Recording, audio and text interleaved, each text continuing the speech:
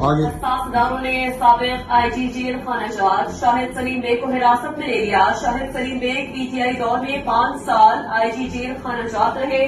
بانی P T I کے jail جانے سے پہلے ریٹائرڈ ہو چکے تھے.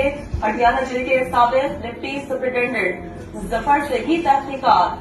D I G jail Rawalpindi کے آفس سپرنٹینڈنٹ ناظم علی شاہ سے بھی پوچھ گچھ. ڈپٹی سپرنٹینڈنٹ محمد اکرم کا بھی زیر حراست. اپنے ہی متعلق اپنے گھر میں بیٹھے ہوئے چائے کا سپ لیتے ہوئے غلط خبر سنتے ہوئے کیسا لگتا ہے؟